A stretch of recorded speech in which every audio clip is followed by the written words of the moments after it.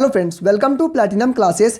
दोस्तों, आज का यह वीडियो बहुत ही ज़्यादा खास है। आज के इस वीडियो में हम डिस्कस करेंगे क्लास 10th आईटी कोड 402 का पार्ट ए एम्प्लॉयबिलिटी स्किल्स का यूनिट नंबर 1 कम्युनिकेशन स्किल्स के कंप्लीट नोट्स को।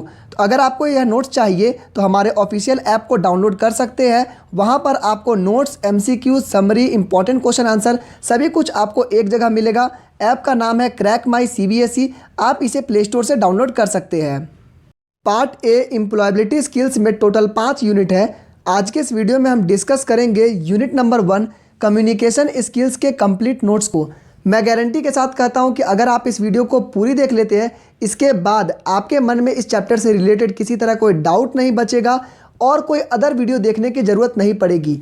यह जो वीडियो का जो नोट्स है ये एनसीईआरटी बुक से बनाई गई है, तो बिल्कुल 100% करेक्ट नोट्स है। तो चलिए इस वीडियो को स्टार्ट करते हैं और यूनिट नंबर 1 कम्युनिकेशन स्किल्स को आज के इस कंप्लीट वीडियो में समझते हैं। सबसे पहला सेशन में आप लोगों को पढ़ना है मेथड्स ऑफ कम्युनिकेशन। उससे पहले जानते हैं कि कम्युनिकेशन होता क्या है।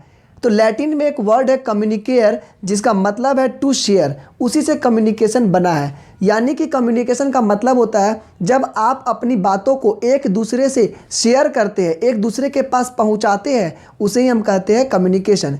एक अच्छा कम्युनिकेशन होने के लिए आपकी बातों में क्लैरिटी होनी चाहिए और कॉन्साइज होनी चाहिए। यानी आप अपनी बातों को घुमा घुमा करके नहीं बताएंगे, टू द पॉइंट बताएंगे और बिल्कुल अच्छे तरीके से बताएंगे, क्लियर बताएंगे। उसे ही हम एक अच्छा कम्युनिकेशन कहते हैं। अब बात करते हैं कम्युनिकेशन के 3 पार्ट्स की। तो किसी भी कम्युनिकेशन में टोटल 3 पार्ट होता है। पहला पार्ट होता है ट्रांसमिटिंग। ट्रांसमिटिंग का मतलब हो गया कि मैसेज को भेजना। तो मैसेज को भेजने का काम कौन करता है? सेंडर करता है। तो sender transmit the message through one medium और अनदर। किसी भी मीडियम से सेंडर क्या करता है? अपनी मैसेज को भेजता है। उसे ही कहेंगे हम ट्रांसमिटिंग। उसके बाद आते हैं लिसनिंग। अब सेंडर ने मैसेज भेज दिया तो उसके बाद कोई व्यक्ति होगा जो रिसीव करेगा। तो लिसनिंग का काम कौन करेगा? रिसीवर। रिसीवर उस बात को सुनेगा, समझेगा कि क्या बातें वहाँ पर बताई गई थी। उसके बाद नेक्स्ट आते हैं फीडबैक। जब सेंडर ने रिसीवर को कोई मैसेज भेजा तो उसे कैसे पता चलेगा कि जो मैसेज है करेक्ट पहुंच गया या नहीं पहुंचा? इसके लिए फीडबैक आता है। यानी कि जो रिसीवर है वो बताता है सेंडर को कि आपकी बातें मुझे अच्छे से समझ में आ गई, आपने जो मुझे बताया वो मैंने सुना। तो ये कंफर्मेशन देने के लिए फीडबैक आता है। ठीक है, जब सेंडर ने कुछ रिसीवर को भेजा तो रिसीवर उसको रिप्लाई करता है कि मुझे आपकी बातें समझ में आ गई। यही होता है फीडबैक। तो ये 3 पार्ट होता है कम्युनिकेशन के।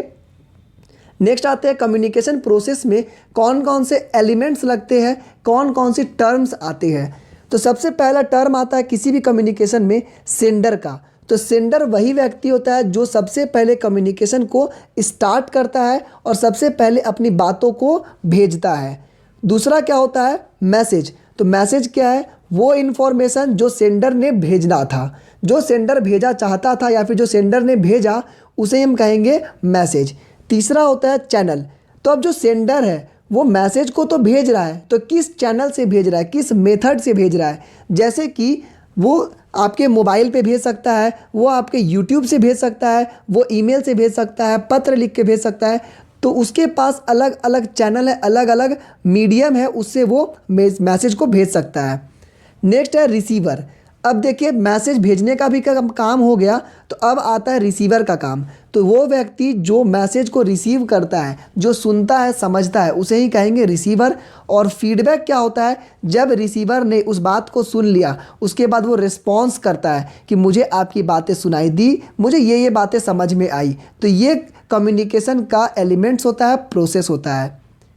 नेक्स्ट बात करते हैं मेथड्स ऑफ कम्युनिकेशन। तो हम लोग कम्युनिकेशन किस किस तरीके से कर सकते हैं। तो सबसे पहला तो आप कम्युनिकेशन फेस टू फेस कर सकते हैं। उसके बाद आप कम्युनिकेशन बहुत तरह के इनफॉर्मल तरीके से कर सकते हैं, ईमेल के जरिए कर सकते हैं, नोटिस बना सकते हैं, आप बिजनेस की मीटिंग कर सकते हैं। उसके बाद फ़ोन कॉल, मैसेज, न्यूज़लेटर से भी आप कम्युनिकेशन कर सकते हैं। तो कम्युनिकेशन का बेसिक मतलब यही होता है आप अपनी बातों को एक जगह से दूसरे जगह पहुंचाना, दूसरे व्यक्ति तक पहुंचाना, वही कम्युनिकेशन होता है। तो अलग अलग मेथड है, आप किसी भी तरीके से अपनी बातों को पहुंचा सकते हैं। नेक्स्ट बात करते हैं choosing the right method of communication depends on. अब आपके पास बहुत सारा मेथड है कि किस किस तरह से कम्युनिकेट कर सके। उसके लिए जब आपको बात आती है राइट मेथड की, तो आप किस तरह से चुन सकते हैं। तो उसके लिए आपको 2-3 बातों का ध्यान रखना है। जैसे टारगेट ऑडियंस, आज मुझे ये IT कोड 402 पढ़ाना है, तो मैं YouTube का सहारा इसलिए लिया क्योंकि मेरे पास ऑडियंस ज़्यादा है, मैं एक समय में बहुत सारे बच्चों को पढ़ा सकता हूँ। तो मैंने ऑडियंस को देखा। उसके बाद कॉस्ट देखा जाता है कि जो आप मैसेज भेज रहे हैं उसमें कॉस्ट कितना लग रहा है। जितना कम कॉस्ट लगे वो ज़्यादा अच्छा होता है।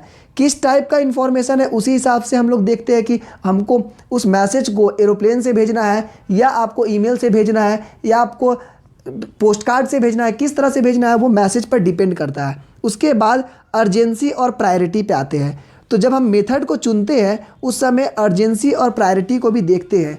बहुत ज़्यादा अर्जेंट है तो कॉल कर लेते हैं, जब अर्जेंट उतना नहीं है तो व्हाट्सएप पे मैसेज कर देते हैं।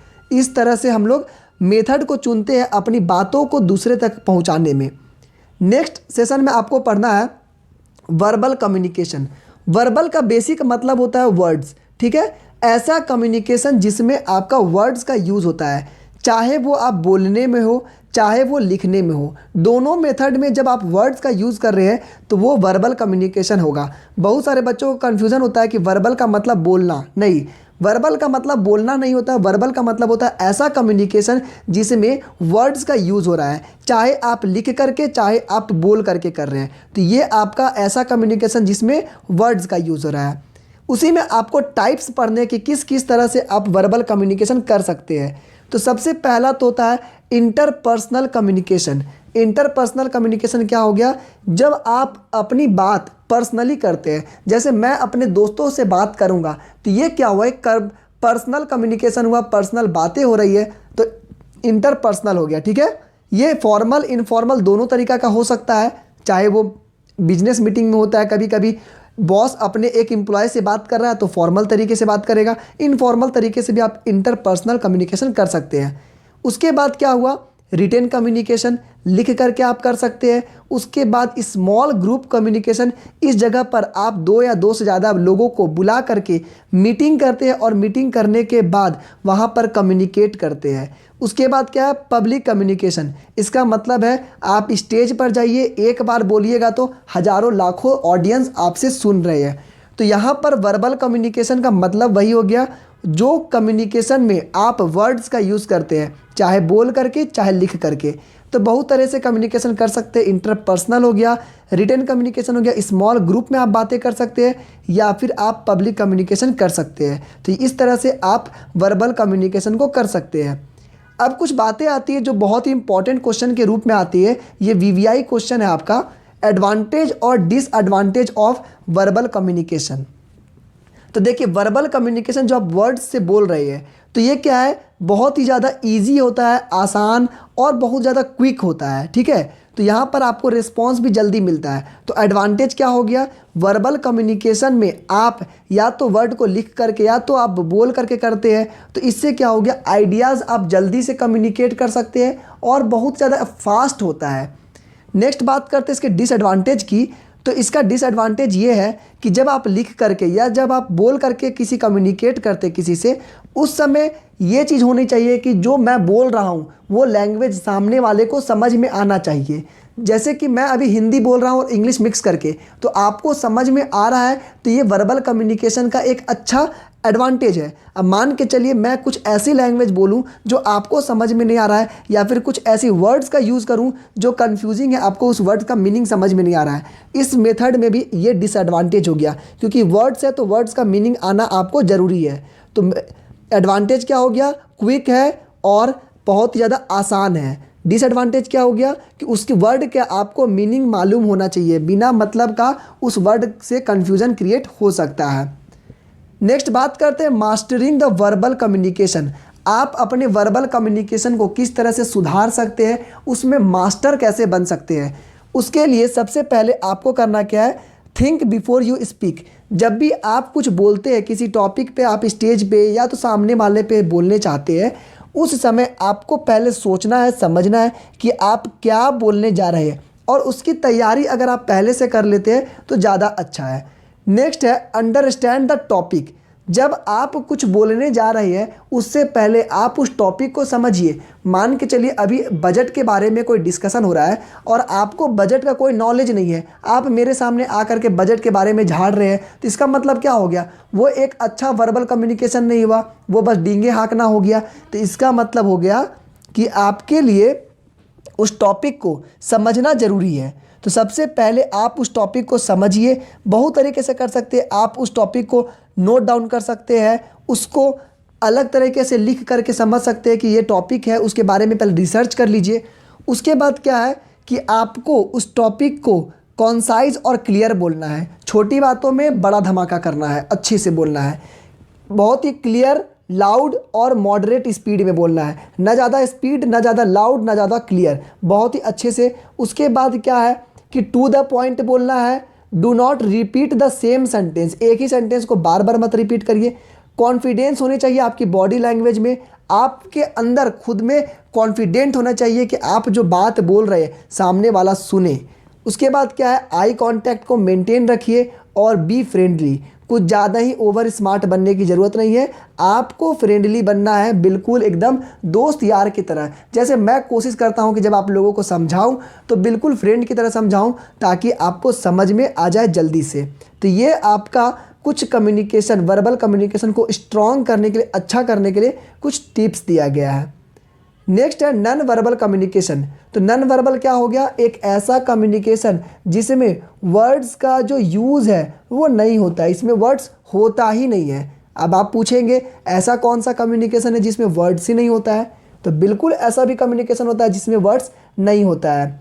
तो यहाँ पे भी लिखा गया है विदाउट यूजिंग एनी स्पोकन और रिटन वर्ड्स, बिना उसको यूज़ किए भी आप कम्युनिकेट कर सकते हैं।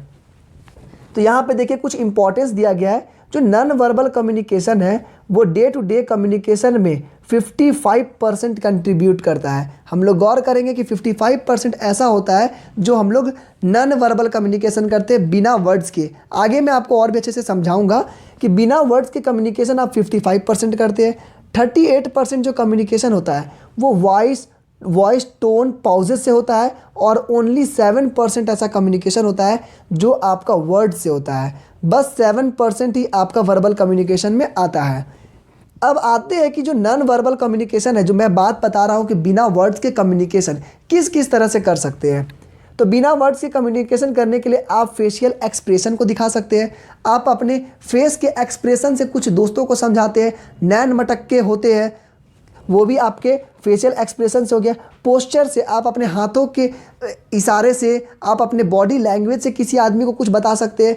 गेस्चर ऑफ बॉडी लैंग्वेज, हाथों के इशारे, जो बॉडी के इशारे से आप बहुत कुछ बता सकते हैं दूसरे को।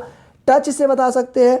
उसके बाद है स्पेस, यानी कि देखिए जब आप किसी से बात नहीं करना चाहते हैं उस समय आप क्या करिएगा, उस व्यक्ति से आप दूरी बना लेते हैं। तो स्पेस जब क्रिएट करते हैं तो क्या हो गया, उसे लग जाता है कि आपको बात करने की इच्छा नहीं है। तो ये भी क्या हो गया, आप अपनी एक तरह से कम्युनिकेट किए वहाँ पे। आई कांटेक्ट हो गया। उसके बाद पैरा लैंग्वेज, इसका मतलब क्या हो गया, आपका टोन, आपका स्पीड और आपका वॉल्यूम ऑफ वॉइस, ये आपका नॉन वर्बल कम्युनिकेशन में आ रहा है। क्योंकि टोन, स्पीड और वॉल्यूम में आपका वर्ड्स का तो कोई काम है नहीं। यहाँ पर आपका देखा जाता है कि किस टोन में, किस स्पीड में, किस वॉल्यूम में बोल रहे हैं। तो नॉन वर्बल कम्युनिकेशन जिसमें आपका वर्ड का यूज़ नहीं होता है, बहुत तरह के से कर सकते हैं। ये कुछ एग्जाम्पल मैंने आपको बता दिया।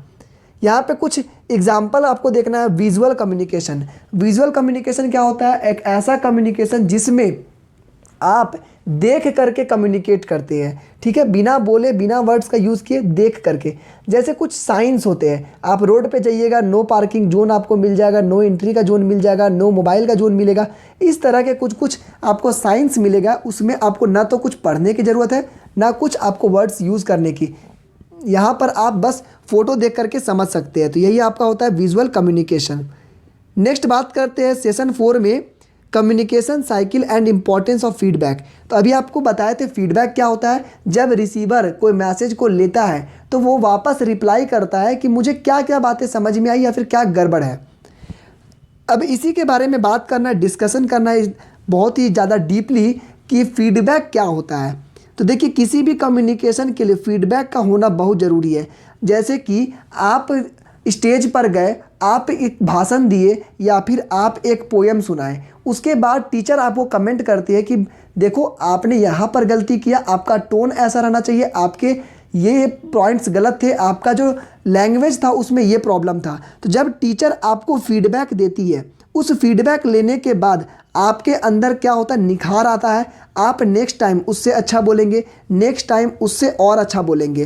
तो किसी भी इफ़ेक्टिव कम्युनिकेशन के लिए फीडबैक का होना ज़रूरी है, क्योंकि ये हमारी गलतियों को बताता है और हम इससे अपने आप को सुधारते हैं और भी अच्छा करते हैं। फीडबैक क्या क्या हो सकता है, एक तो पॉजिटिव होगा, नेगेटिव होगा या नो फीडबैक होगा।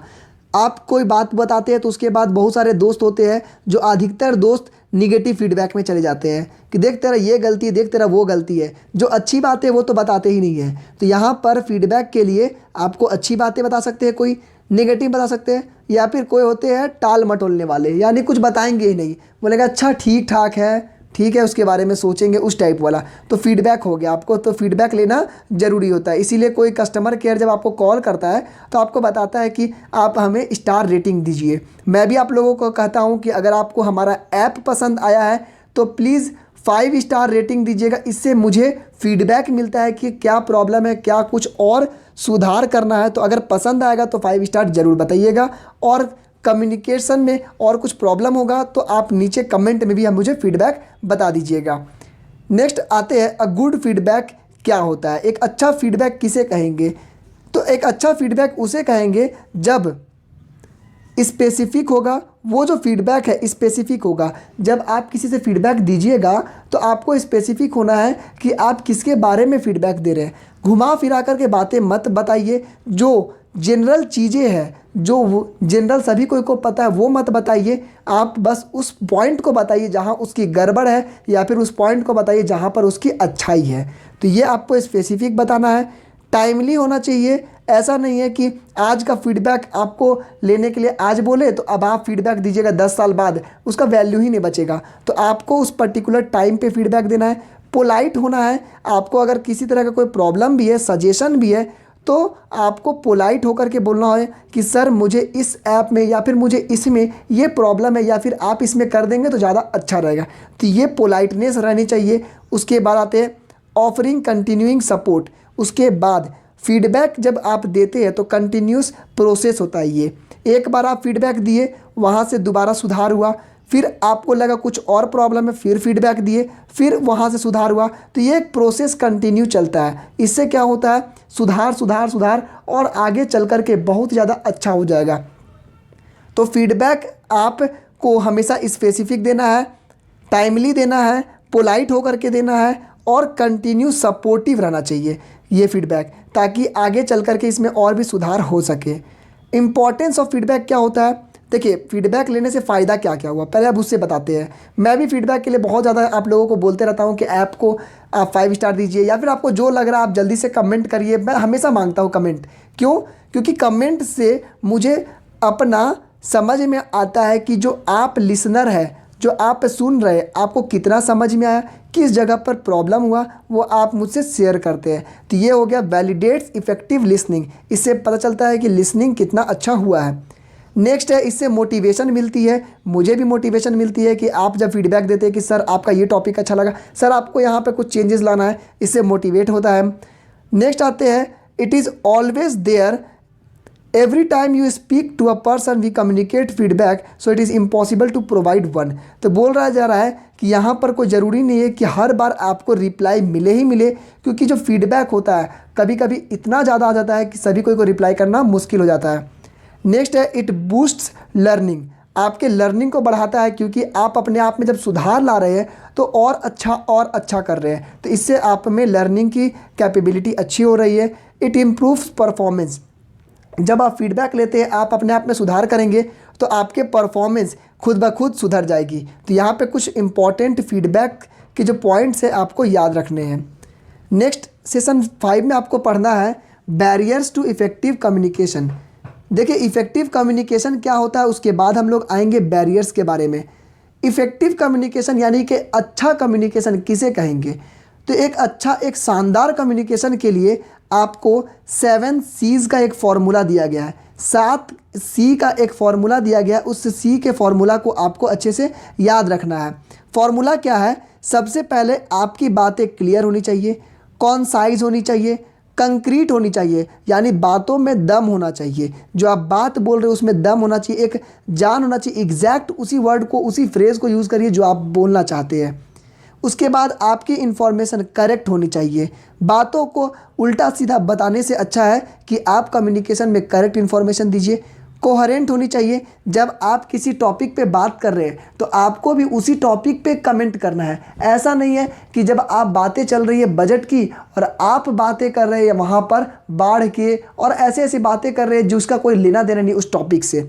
तो आपको उस टॉपिक पे रहना है, कंप्लीट आपको बोल रहना है। और लास्ट वन है कर्टियस होना चाहिए, यानी आपको पोलाइट होकर के अच्छे से बातों को बोलना है, फ्रेंडली होकर के बातों को बोलना है। तो एक इफ़ेक्टिव कम्युनिकेशन के लिए आपके पास 7 C का एक फॉर्मूला है, VVI है। बिल्कुल याद रखिएगा, ये क्वेश्चन आपको एग्जामिनेशन में पिछले साल भी पूछा गया था और ये कंटिन्यू पूछा ही जाएगा। तो 7 C का एक फॉर्मूला है जिससे आप अपने कम्युनिकेशन को अच्छे कर सकते हैं, तो इसको नोट कर लीजिएगा।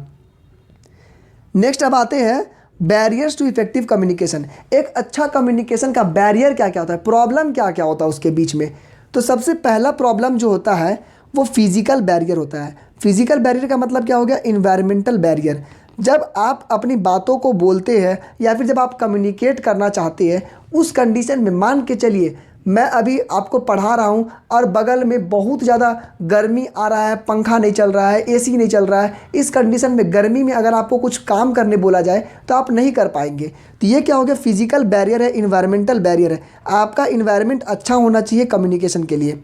दूसरा है लिंग्विस्टिक बैरियर। लिंग्विस्टिक का मतलब हो गया लैंग्वेज का जो बैरियर है। कभी कभी ऐसा होता है जो सेंडर है वो मान के चलिए मलयालम बोल रहा है और रिसीवर जो इंग्लिश जानता है, दोनों के बीच में कम्युनिकेशन हो ही नहीं सकता है। तो ये लिंग्विस्टिक बैरियर हो गया, आपके लैंग्वेज का बैरियर।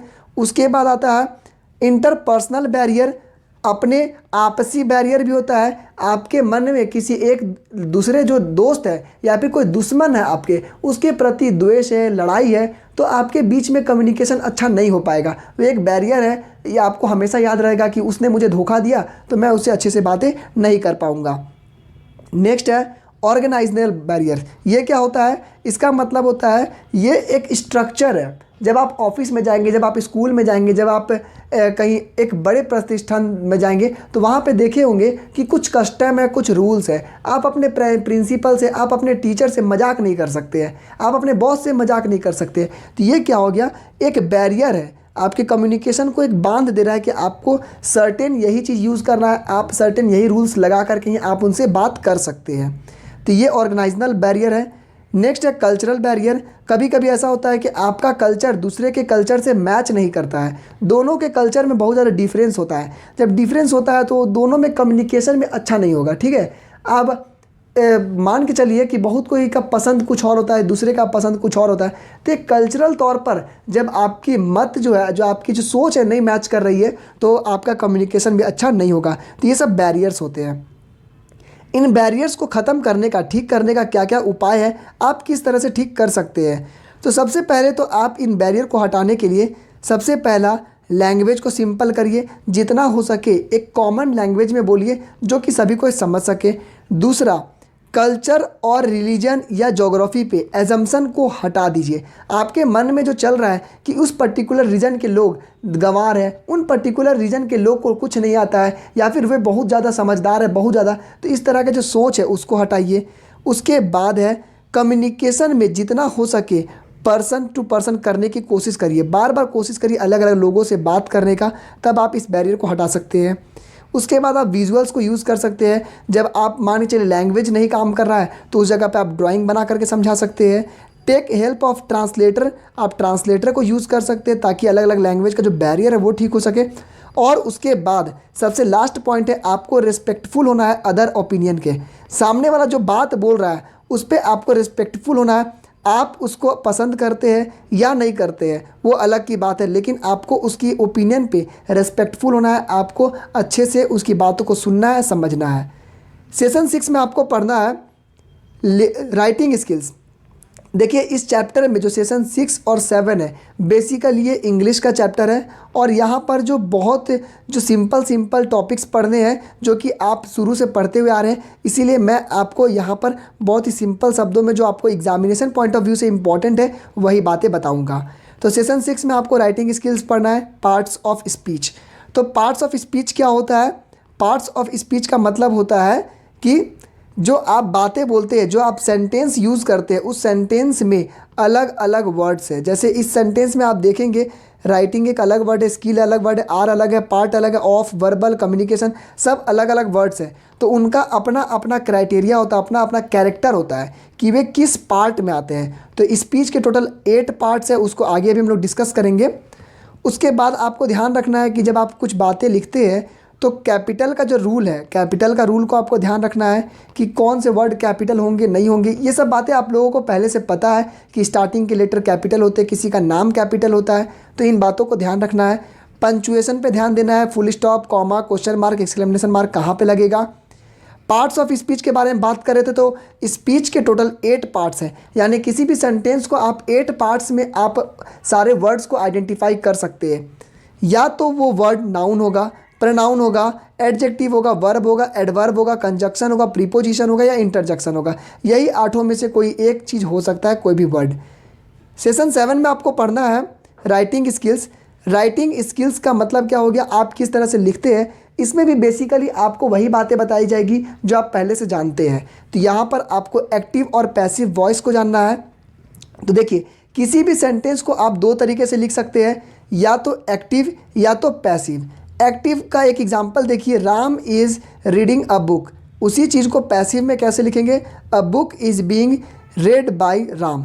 तो सेम वर्ड है, सेम मतलब कि सेंटेंस है, सेम उसका मतलब है, लेकिन यहाँ पर जो आपका सब्जेक्ट वो राम है और यहाँ पे सब्जेक्ट हो जाएगा वर्ब। यानी कि आप समझ सकते हैं इसी वर्ड ये आपका इस डायरेक्शन में गया, तो अगर आप पैसिव वॉइस में लिखेंगे तो इसको उल्टे अपोजिट डायरेक्शन में लिखेंगे। ये एक अलग वास्ट टॉपिक है, इसको कभी बाद में डिस्कस किया जाएगा जब आप बड़े क्लास में जाएंगे तो बस इतना समझ लीजिए। उसके बाद अब आते हैं टाइप्स ऑफ सेंटेंस। सेंटेंस कितने तरीके से हो सकता है। तो सेंटेंस के जो हर वर्ड है उसको तो हम आइडेंटिफाई कर सकते हैं 8 में, लेकिन यहाँ के जो सेंटेंस होते हैं वो 4 तरह का हो सकता है।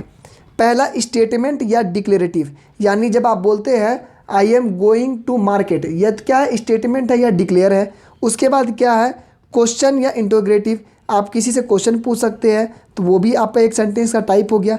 उसके बाद इमोशन या रिएक्शन है कि किस तरह से, जैसे कि आप हिंदी में बोलते हैं अरे वो गिर गया, तो इसका मतलब क्या हो गया, एक्सक्लेमेटरी सेंटेंस हो गया। और लास्ट हो गया ऑर्डर और इंपरेटिव सेंटेंस। जब आप किसी को ऑर्डर देते हैं कि go back to your seat, ये आपका एक ऑर्डर हो गया, तो ये भी आपका सेंटेंस का फॉर्म हो गया। ये 4 तरीके के सेंटेंस होते हैं, ये आपको बस थोड़े से आइडिया ले लेने चाहिए। तो यहाँ पर आपको यह चैप्टर कंप्लीट हो गया है। इस चैप्टर को मैंने कंप्लीटली आपको डिस्कस किया हूँ। अब आपको यूनिट नंबर 1 से किसी तरह का कोई डाउट नहीं होगा, सारा चैप्टर कंप्लीट हो चुका है। यहाँ पर आपको इससे रिलेटेड किसी तरह का कुछ और नहीं पढ़ना पड़ेगा। नेक्स्ट वीडियो सीरीज़ में मैं आप लोगों को इंपॉर्टेंट क्वेश्चन आंसर MCQ लेकर के आऊँगा। तब तक के लिए आप हमारे ऐप को डाउनलोड कर लीजिए। क्रैक माई CBSE ऐप है, उस ऐप में आपको सभी कुछ बिल्कुल फ्री ऑफ कॉस्ट मिलेगा, वहाँ पर आप डाउनलोड कर सकते हैं। आई होप कि आप लोगों को वीडियो पसंद आया होगा। तो प्लीज़ आप भी मुझे फीडबैक दीजिए, कमेंट करिए, और पसंद आया है तो लाइक करिए, नए हैं तो सब्सक्राइब कर लीजिए, ताकि आने वाले सारे वीडियोस आपको इसी तरह से मिलते रहेंगे। आज के इस वीडियो में बस इतना ही। Thank you and have a nice day.